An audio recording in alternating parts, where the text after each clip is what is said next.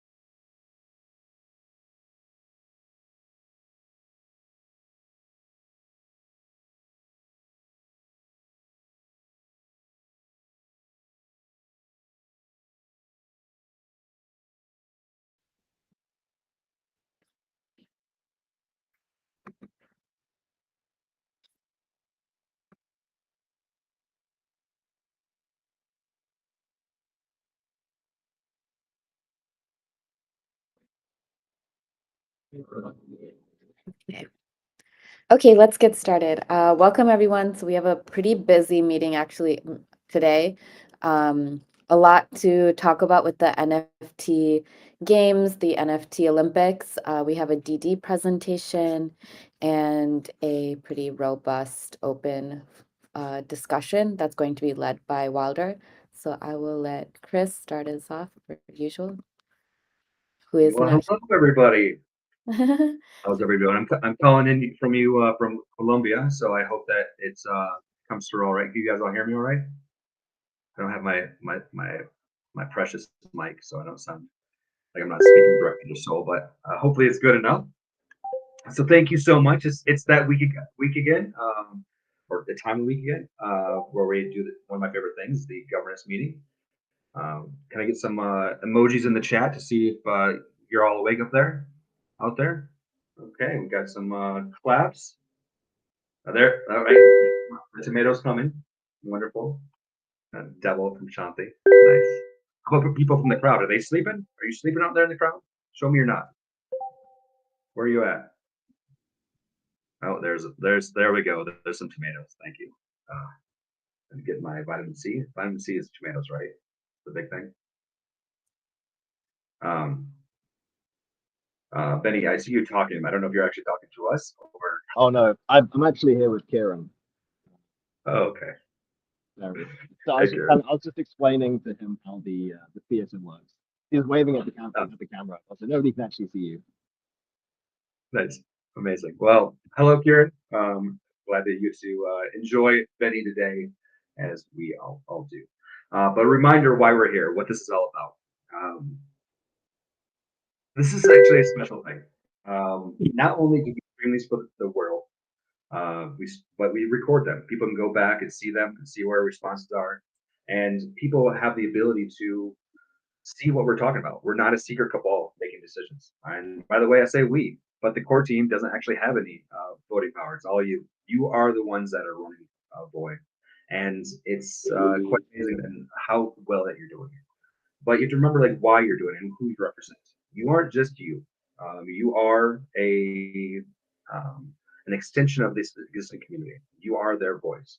So keep your ears open. Keep your eye on like what's going on in the community, and make sure that you relay that and actually just really embody the community in general. Because the mission of Boy is to build a blockchain that is actually owned and operated by the people putting the value in. That's and that's what we've done so far. I know that we're in testnet. I know that we're actually just figuring things out, building the process. But one thing when I was in sports, when I was younger, football specifically, one of my things my coach always said is practice how you play, or you play how you practice, and that's what we're doing right now. Even though that's the boy token has no monetary value, we need to act like it does. We need to make sure that we are putting in process. We need to understand that this is how we learn to do it correctly, and you guys are doing an amazing job with that. Thank you so much. As always, though, we are a decentralized community. There is no hierarchy. You don't have to listen to me. You don't. The community doesn't have to listen to you. They can do whatever they want, and that's really hard to build something on because when you have a centralized entity, it's really easy to establish culture. When we don't have that, we can't tell people how to act. But what we can do is we can establish values. And so, what we have four values right now. Anybody up here want to actually call it what those four values are? Do one each. There's Or four you of can us. do them all, Benny. I'll do them all. I'll do them all. So we got. I like to remember as geeky, GICI. So goodwill, integrity, collaboration, and intentionality. Or geeky for sure. We're getting all geeky up in too. Exactly. I appreciate Exactly. that. Now I hope you all remember that as well. So yes, and our community is very geeky. They have been following, and what I like to do is I like to focus on one value, and then also focus on a community member that really embraces that value and really shows everybody how to really own that value. The specific value I want to talk about this week is kind of relevant to the ongoings of what's happening in the world. As you all know, Solana had some downtime, and um, because of the downtime, there's a lot of toxicity that was flowing through Twitter, and a lot of angry people, a lot of shaking their fingers. Look, Solana, you're so awesome, but you have downtime and all of this stuff, and it made me really think of goodwill. We talk a lot about goodwill internally, about how you need to be goodwill with other projects, but I think goodwill actually flows externally as well. Um, so just like a reminder of what goodwill is. It's I wrote this down here. It's the it it is about approaching interactions with positive that the other person has positive intent. That they are doing things in the best that they possibly can with the best intentions, and you are there to support them. You are there to actually be there for them, and you are there to do whatever you can to actually be have goodwill. Now, um, why that actually matters is that in a world like that, people are quick to judge and slow to understand. Assuming positive intent is important. It allows us to navigate disagreements and conflicts with empathy, seeking to understand rather than to be understood. This approach doesn't just make our community a nurturing space, it makes it resilient. I wrote this all down beforehand. I've prepared again for you. Um, the that doesn't mean that we can't celebrate our own achievements, though. That doesn't mean that we can't talk about how awesome we are. This doesn't mean we can't, point out we're proud of our decentralization. We're proud of the amount of work that our community is actually putting in. We are awesome. It's actually very important to tell people how awesome we are and all of the awesome things we do. And this is super important because people need to know this. But it doesn't mean that we need to compare us to other people. Compare us ourselves. We were better than last week. We're better than a month ago. But when we start comparing to other people, that's when toxicity starts happening. That starts when the negativity starts going up. We are better than you. This creates very much a lot of negative atmosphere. This makes the other people from the outside look in, go, "What do you mean you're better than other people?" Just think about it like when you were back in the schoolyard. There's the people out there that the bullies that thought they were better than other people. Sure, they might have been the biggest and strongest out there. But as soon as they start talking about how they're better than other people, that I'm sitting on the outside looking in, you see them and go, that doesn't feel right. I don't want to be that bully's friend. Like that, they might be the strongest, or they might, but that doesn't feel good. But then there's the other people that are really good, the people that actually had amazing grades, and they focus on themselves. They were there to help, and they were actually everybody knew they were the best, but they didn't go around telling everybody why they're better than everybody else. Maybe they had confidence. Confidence is good. Confidence is good, and we should have confidence. We just shouldn't be cocky about what we do. And attacking other chains, attacking other ways people are doing it. This goes for not just Solana and the recent thing, but honestly, other chains that might be doing governance in a different way that we're doing. Might be doing decentralization differently. They might have done economics differently. Everyone has their own path. And at the end of the day, the thing that I will tell you all over and over and over again, blockchain has so much potential. The amount of the opportunity out there as far as dwarfs what we're currently doing. And if blockchain is only achieving its potential right now, we're all dead. Like this is not worth the amount of effort we're putting in. We're doing this because we want blockchain to change the world. And that means that it's going to take a bunch of people going in their own path, doing their own thing. So goodwill is really important about focusing on us, how we can support, and how celebrating how awesome that we are. So I really want to actually highlight that as goodwill because it's not only like an internal thing where we're looking at you know Wilder welcoming new people into the there's an instance where a new NFT creator came in and I'm like, I've never heard of you before and I've never seen your art and I you might be a scammy, but I'm not going to go out and tell you a scam. Let me help you. Let me actually find out what were your intentions, where you're at. That's goodwill. But the other thing is goodwill externally.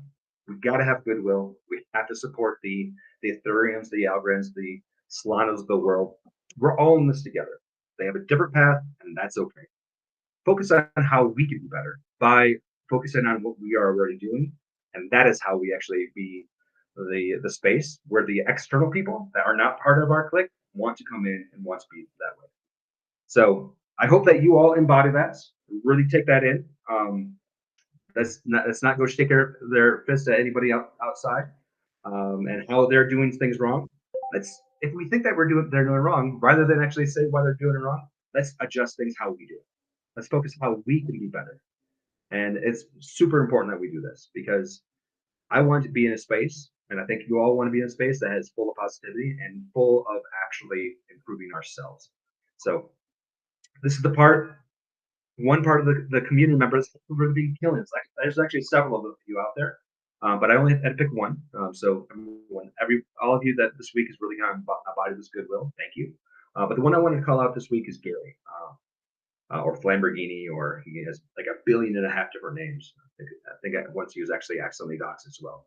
But Gary, as I know him, has really been embodying this, both internally, really accepting new people to come in, really helping everybody. I've seen him give good advice to other NFT creators to come in, but also externally. He was very supportive of the Solana situation this week. He didn't say anything bad. He acknowledged that it went down and that sucks, but at the same time asked the question of like, what good does it do for us to attack them? And so I really want to celebrate you, Gary. I don't think that you're in this. You're busy right now, but I hope you watch this recording. Thank you, and would go ahead and give you 50K via for really embodying that value. And so thank you. I really appreciate it. So until next week, all of you community members, all of you governors, live by these values. These values govern us. I can't tell you what to do. I can't be like, shame on you. I can reward you. I can say, hey, thank you out of my own pocket. Here's some via. Great. But at the end of the day, we are our values and we need to embody them. And a lot of you already are. So thank you for that. All right. I think that's everything on my side. Shanti, back to you. I didn't actually look at the agenda yet. Do I have to talk about something else? Back to you. No, that was perfect. Thank you. The other thing too is I ad-libbed a lot of this, what I just talked about. I am writing a good small blog about what I believe and everything. So we can start publishing that. I don't know if you guys want to do that or not, but I will send this to Shanti or Benny or somebody to see if they want to actually make it public, or see emojis. You guys want to see like that, what I just talked about as like a public blog post?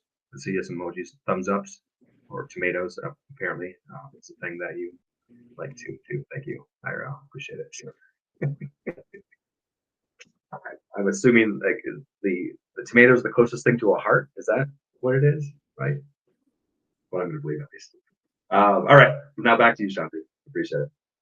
Okay, so now we're moving on to the proposal section, and we didn't get to this last week, but Lobo is up and ready to do our NomadX DD. So Lobo. Okay. Okay.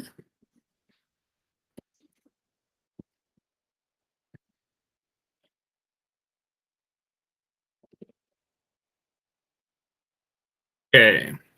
You can see it? Everything's good? Nice. Okay. So I'm presenting the DD on NomadX AMM. That was submitted by webdev.algo, and they are requesting 125 million via.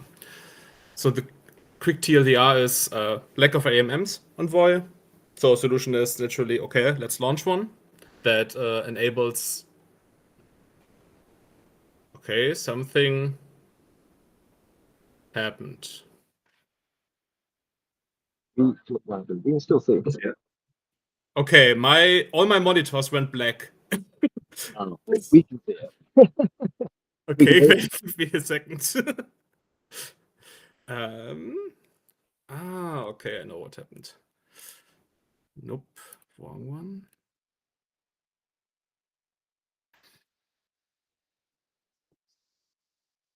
Okay, and I will do it differently. Should be good like that, if you can still see it. let's do it like that. Okay. Solution, let's launch an AMM that enables swapping of VSAs and ARC200 tokens. And the qualification was like 7 years of experience in software development, and then not very specific, but just in general, also they did something with smart contracts on Ethereum, I think it was. Okay, the due diligence. So the feedback, first of all, the positive one, well-written proposal and useful project. I mean, we need an AMM. Nomadex that we have today is already great to use. And we saw that WebDev and Shelly worked well together. So WebDev is great to work with. And then the more neutral or negative comments were like some usage metrics to success, maybe. Nothing of substance in the technical approach. And then the feedback, the response was like, okay, what do you want to see? I mean, there was a very general comment, and I told WebDev, I don't know what they want. Do you have an idea? And they said no. Okay, so here we are. UI doesn't look impressive, and WebDev knows that it's not like top notch, and it will be worked on. Then Governor said maybe a phased approach and token release schedule in the event that the full proposal cannot be completed during testnet.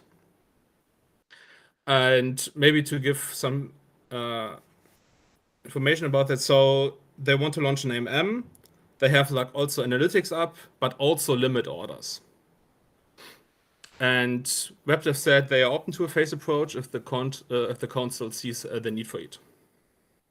So then the amount is too high, and lower amount for a smaller team could make sense. That said, okay, 175 million is too low for the features that Nomadex offers or will offer. And I mean, we gave Humble 200 million without limit orders but farming capabilities.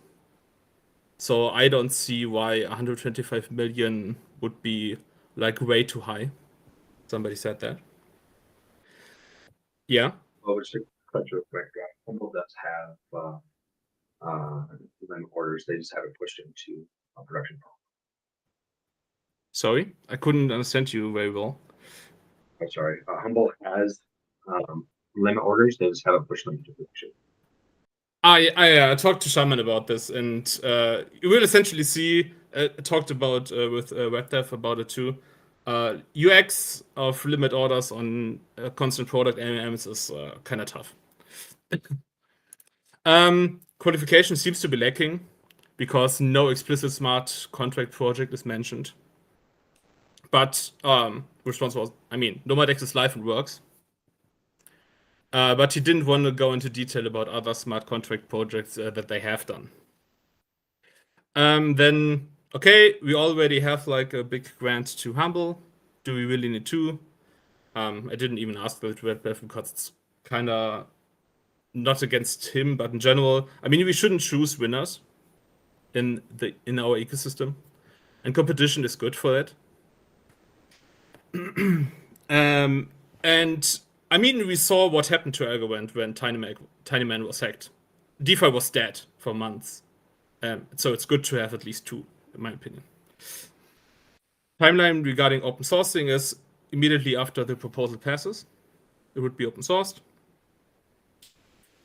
Maybe WebDev should focus on essentials before investing too much time into limit orders and how to actually deal with the UX problems of it. WebDev said they can cover the cost for the backend of Nomadex for the foreseeable future, which is great. And then if the question was if constant updates of Nomadex will be open source as well. So if there are updates to the AMM limit orders on analytics, yes. If they would build something else, I made the example of an aggregator, for example, then they don't have to open source it. That was kind of our agreement on that. And okay, then the whole limit order thing. So limit orders and constant product AMMs kind of tough UX wise.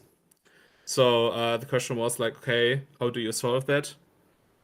So one problem can be like if prices change rapidly and multiple orders are about to get executed. So then the question is like which order gets executed, like in standard order books, what would happen is maybe the one with the best price or maybe the oldest one. So there are some questions to be asked, and essentially if an order is executed, it moves the price again. So people could see like, hey, the AMM, the pool hit like the price I specified in my limit order, but my order didn't execute, and the answer might be probably another order got executed before, and then the price range was not wide. And the answer was like they implemented partial order filling and have an open source bot that executes those limit orders, so everyone can run that. And the bot can also fill orders using other limit orders, so kind of works then like an order book. And for now, the bot that WebDev implemented is first priority would be best price, and then secondly, how old an order is. But in general, like if someone from the community wanted to build a bot, they could probably easily do it and change, like, for example, just push their orders, for example. Okay, spotlight on some things. For now, the app looks very basic, and in my opinion, the UI needs a lot of work to make it appealing. And like basic information is missing from the page. And I have like this whole paragraph here where I have like examples of stuff I mentioned to WebDev, and he mostly agreed, I think, on this. Don't want to go into detail, but some smaller things, like essentially if you go to a standard concept product AMM on another chain, like you want to see some things at least. Then in my opinion, they should maybe focus on those basic elements, like swap and pool tab, for example, instead of putting all this heavy work into limit orders already. Then the bot they have, or like the smart contract, so how the limit orders work is there's no incentive to run them. So for example, on Argument, there are deflex limit orders, and if you execute them as a bot runner, you get part of the fees. So you are kind of incentivized to run them. In this case, you don't get any fees, so essentially nobody's really incentivized to run them for others. So it's kind of a centralization problem, because then it kind of comes to WebDev running them and hoping that they work, essentially. And the limit order SCs don't follow any rules like first come, first serve or something. So it's really just a smart contract that says, I have this and I want this. Give me to it. Give me those tokens. And if you can do it, you can fill the order. Okay. And again, so yeah, we can see that Novadex is live and works. So obviously they can write smart contracts. The question is, can they write safe smart contracts? And that's kind of the question why I would have liked to see some like, okay, that I did the following project. For example, it was never hacked in 2 years. Would have been already better than having like nothing now. Okay, sustainability and profitability, part of swap fees like every DEX. And competing with other existing solutions is like offer great user experience and more features. Okay, then recommendation. I think that the 125 million tokens are justified. And WebDev also didn't want to change that. So we're leaving it at it is. I think, though, due to the lack of great UI and basic information missing on the page, we could have a phased approach. And I have an example here down below that WebDev actually said they would be fine with it. So the idea would be like 75 million for the minimum AMM bounty, which is the minimum AMM bounty token amount. And they would get that for the AMM they built and the analytics that matches the bounty's minimum requirement. 10 million for the limit orders like they are now. And then 10 million to actually make them, I don't want to say usable, But if you are a user and you want to use limit orders, you might want to see like, oh, what do other people set their limit orders at? So you want to kind of have like a rough order book at least. And at the moment, if you go to the Nomadex page, you will see like all orders just listed. If there are 100 orders, you won't be able to actually go through them easily. So there needs to be a solution, a UI solution that scales in some way. And then 30 million for a general UI overhaul, and with a potential 50% payment. I didn't know how to word this, because obviously it's rather general, like potential 50% payout if the UI improved, but not enough is not really detailed. So that would be like something maybe I could just add, for example, all the basic information that are missing into it and have like a long list of stuff. But that's also maybe something that other governors can add feedback to. And then we would end up with the originally 125 million if everything is hit. So overall, I'm in support of the proposal if there is some phased approach regarding UI component in it. Because UI kind of makes or breaks if a user will actually use the DEX. So that should be in it, and should be a significant part. I think here's like 1/4 of the whole payout.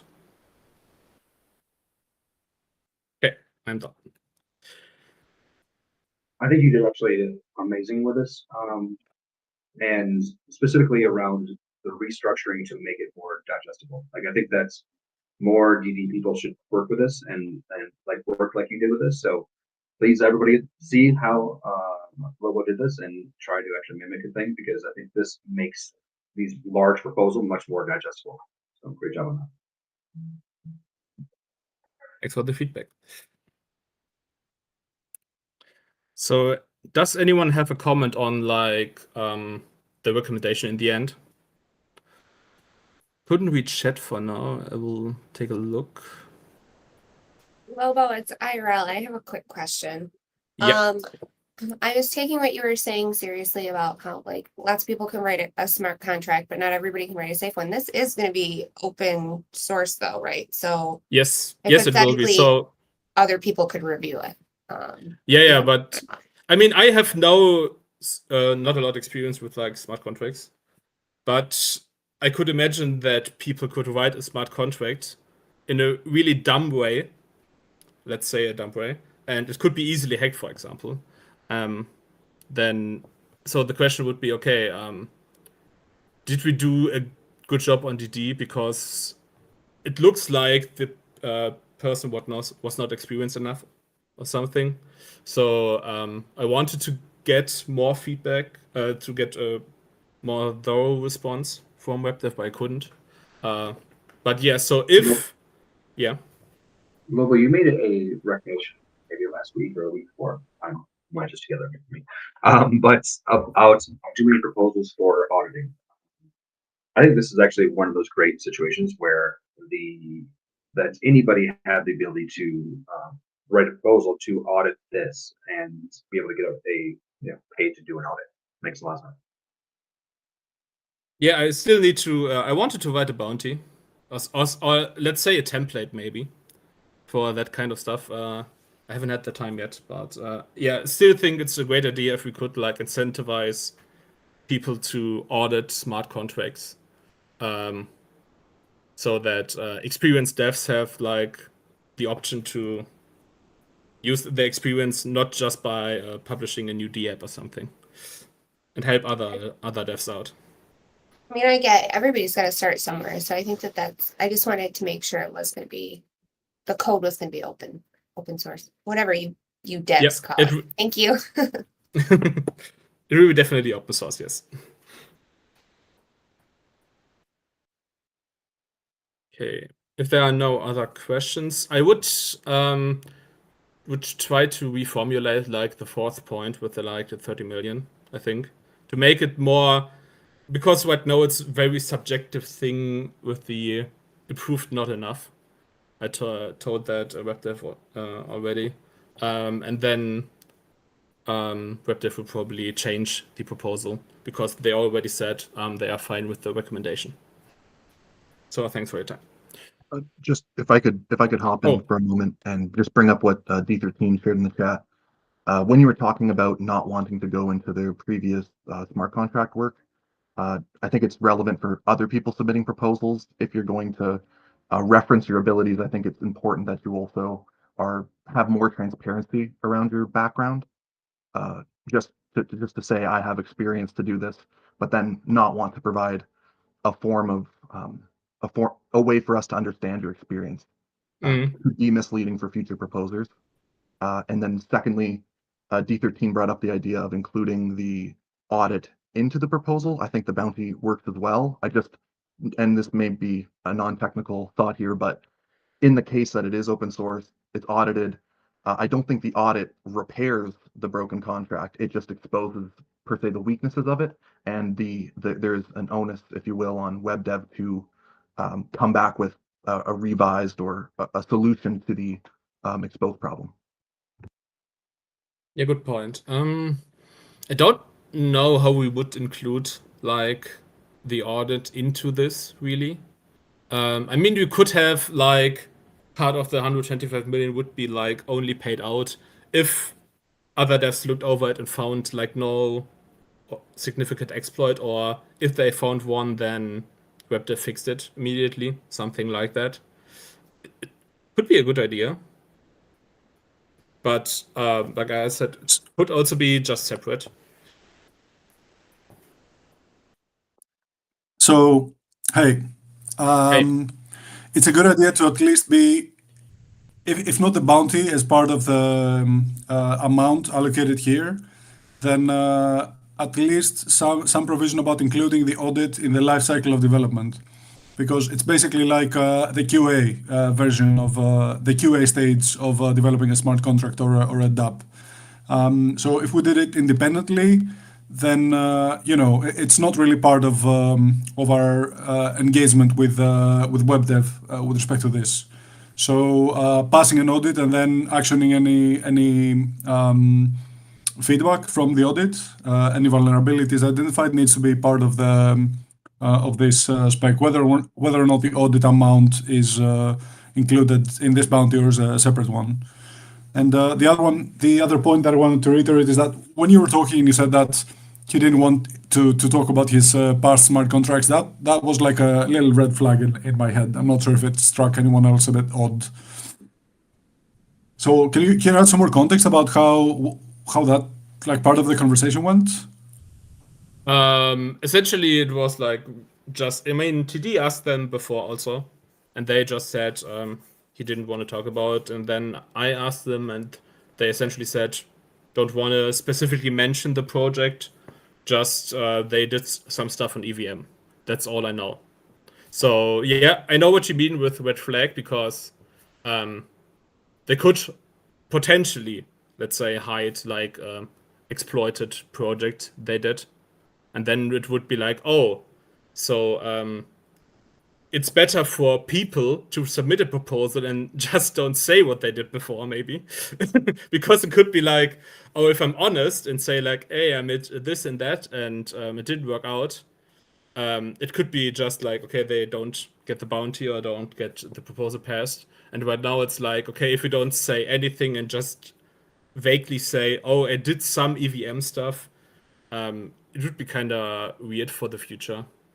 And yeah, good point about the audit so if stuff comes up and so that it should kind of have effect probably on this proposal. I will have to think about it again, how one would include it.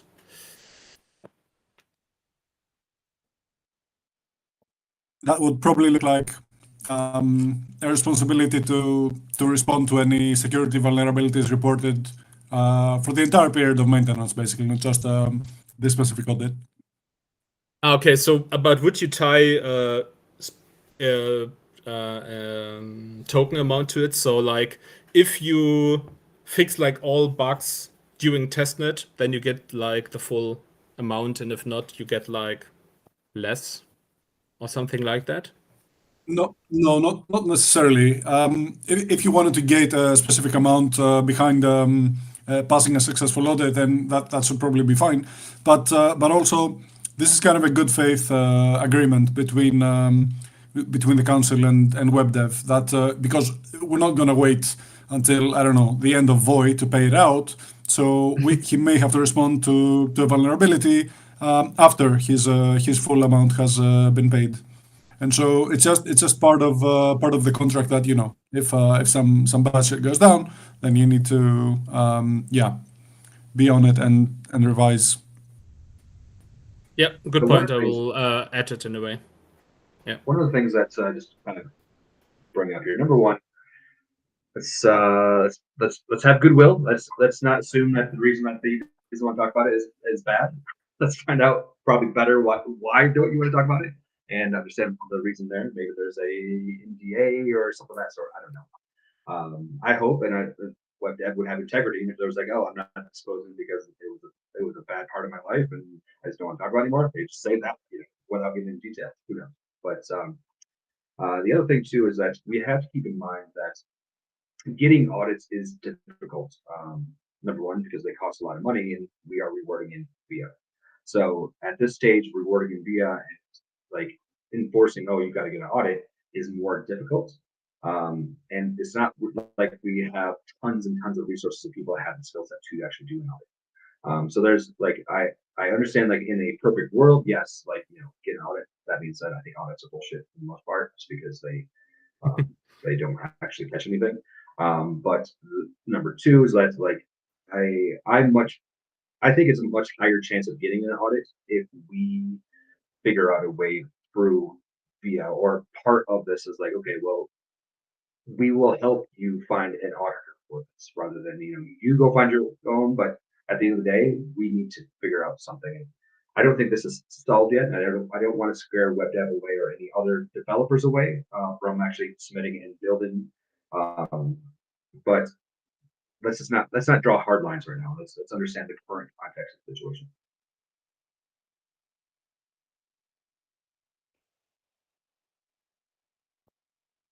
I was just writing in the chat that, yeah, that's like the task of finding an auditor should not be on WebDev.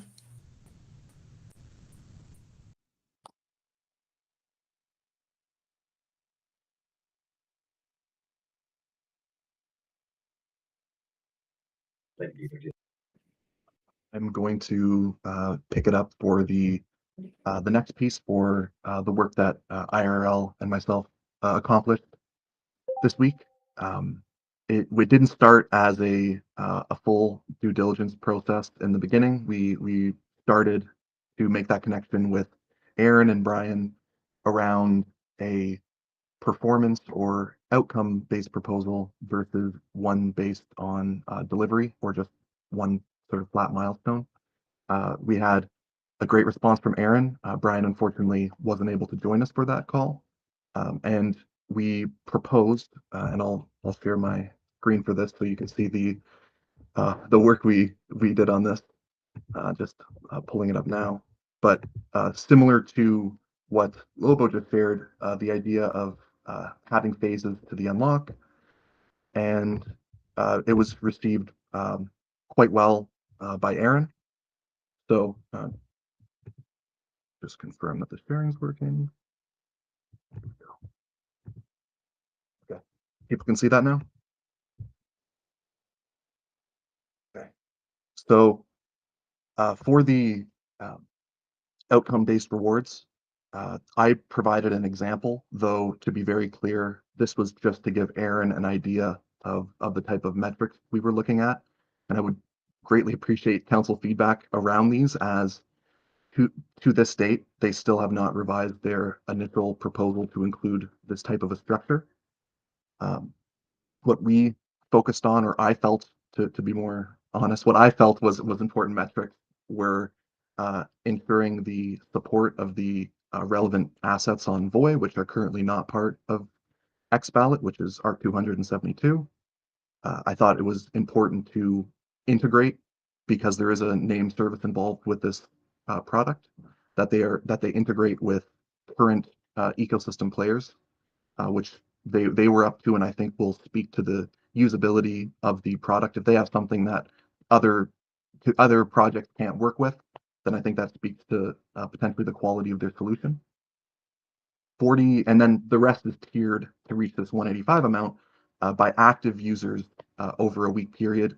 I just threw these numbers up. I was basing it off of the node number cut in half, how much of the community it is. I realize these aren't the numbers that we're going to settle on, nor has it been what Headline has agreed to. But to give you an idea, I thought it was very relevant to have the amounts scale up to what I considered a large amount of the Voi community getting value from the product, which totaled out to 185.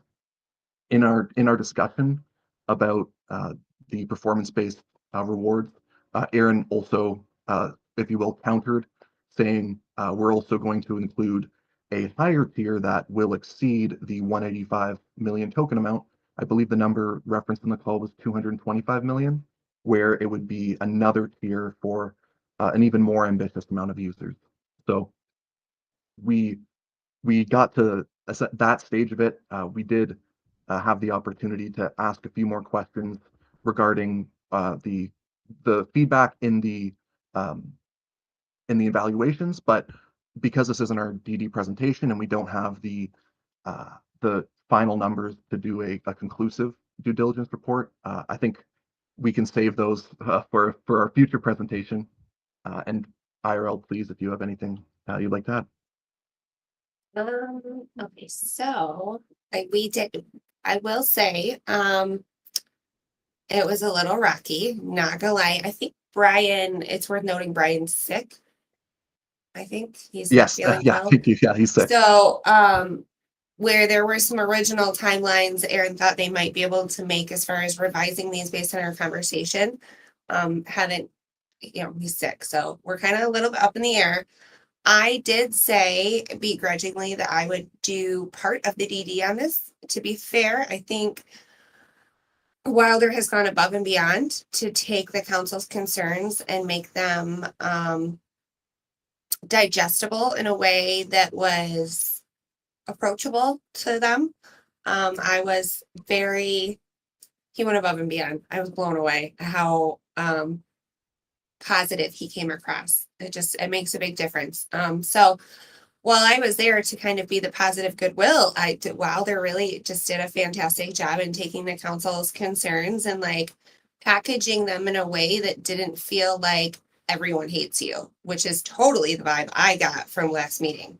So, I mean, I encourage them to go back and read the comments, to listen to the meeting, and then to not necessarily change what they were asking for, but approach it in a more collaborative manner, which meant users, right? Which meant a few things. There was something that was debunked that I would like more detail on, and I happily dive in, but we need a technical person to help me with this because I'm not capable of looking at the tech side of what they're trying to do with the chain voting. So I need a partner in this. Somebody help me in Wilder with that. But I will say that for the most part, like Aaron was very confident that they're going to bring users from outside of the Voi ecosystem in, as Wilder mentioned, that additional tier, which I encouraged. I was like, it's clear you want to work with us. Their original amount was higher. They've already decreased it. Now we're looking at putting in kind of like a benchmarking system. I really did try to reiterate like the we want you to succeed angle. And so I'm hoping that this revised proposal comes across with that kind of spirit of collaboration in mind. But I also need help because although I'm begrudgingly saying I will do the CD, I need help from a tech side. So that is the only additional I have. And really, Wilder, thank you for being so helpful because I don't think I would have volunteered any more than I did otherwise. Sweaty. Thank you. And does any comments? If you also have ideas around the structuring, now would be a great time to give your feedback. in the proposal forum. Just reply to it, share your ideas around what you think tiers are or what are relevant metrics, because it's also going to help them draft that proposal and get it through the process that much quicker. So I'm going to do my best to follow up with Brian and Aaron, and I expect to have that rewritten proposal this weekend based on their availability, and hopefully we can figure out a technical individual to aid us so we can have a conclusive due diligence for the next meeting. But it's pending the ball's in their court. It's pending their rework. Yeah, someone please help us. I will say it was really positive overall, though. I was like kind of geared for a not so positive interaction, and it was really positive. And it was great to be able to meet Aaron, and I'm feeling bullish. I think we could probably get her across the line in one way or another.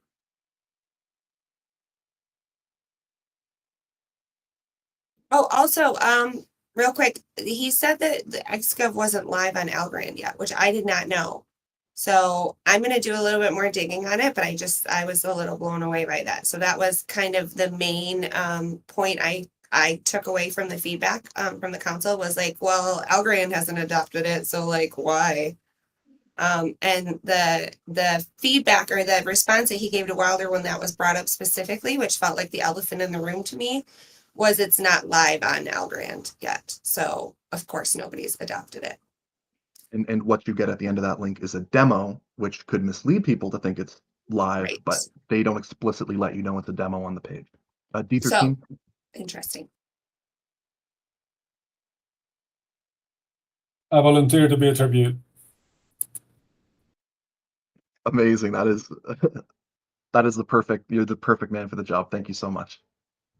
Okay, that's we got what we needed. Amazing. I'll hand it over to Shanti for DD volunteers.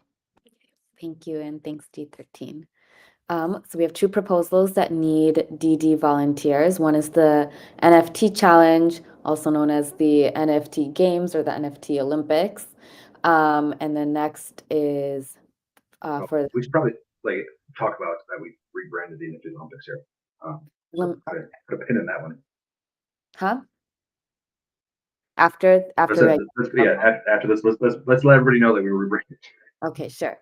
So that is one, and then the next is Kibisa's proposal.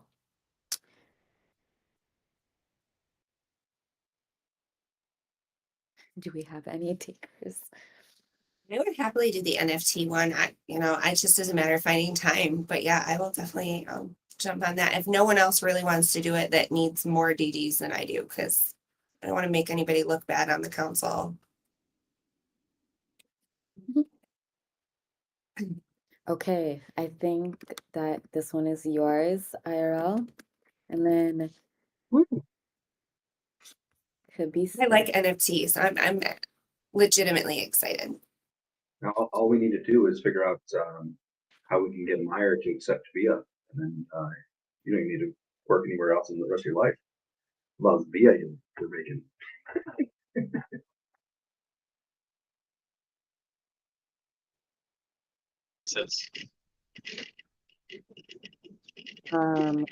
Oops, I didn't hear. I didn't hear. You know what I mean?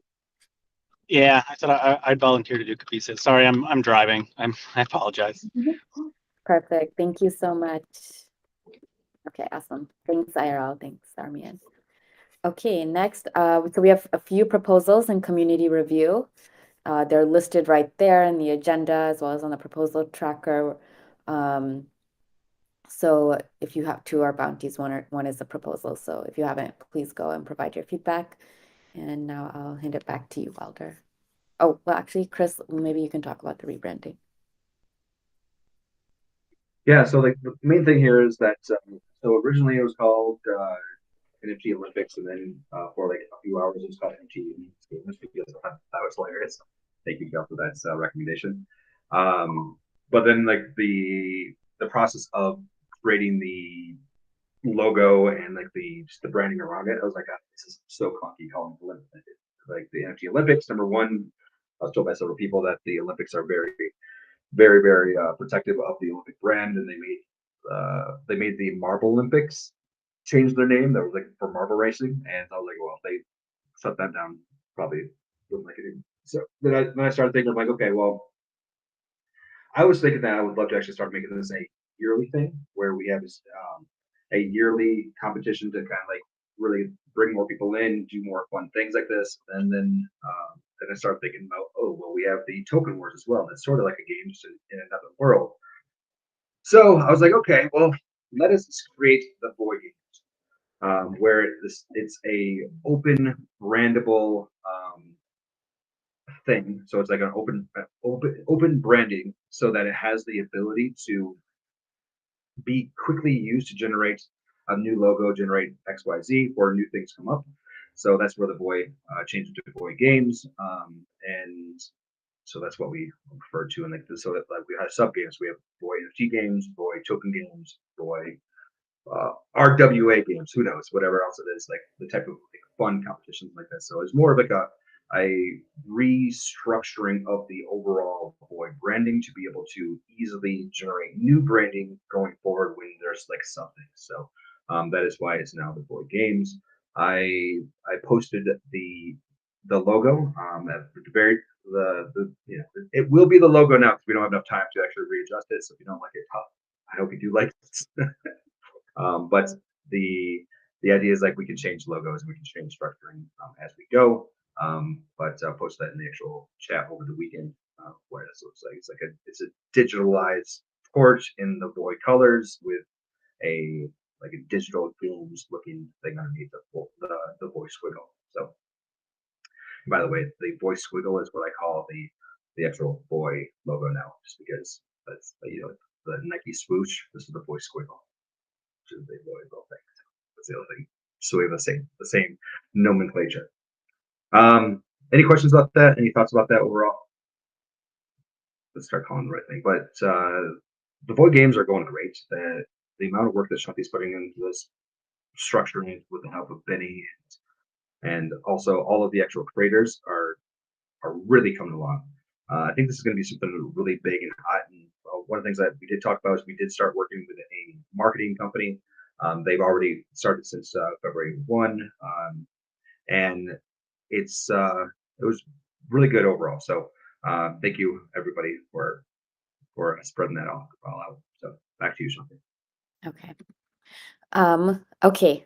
We have a lack of time here, but Wilder, we'll move some of the agenda items maybe to next week. But can you pick the most Yeah. important ones? Yeah, the most important here for sure is the extended node rewards document that was drafted in help with the directors. That's what we focus the majority of our directors meeting on.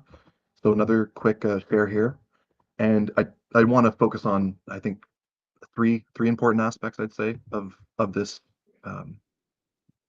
drafted node rewards.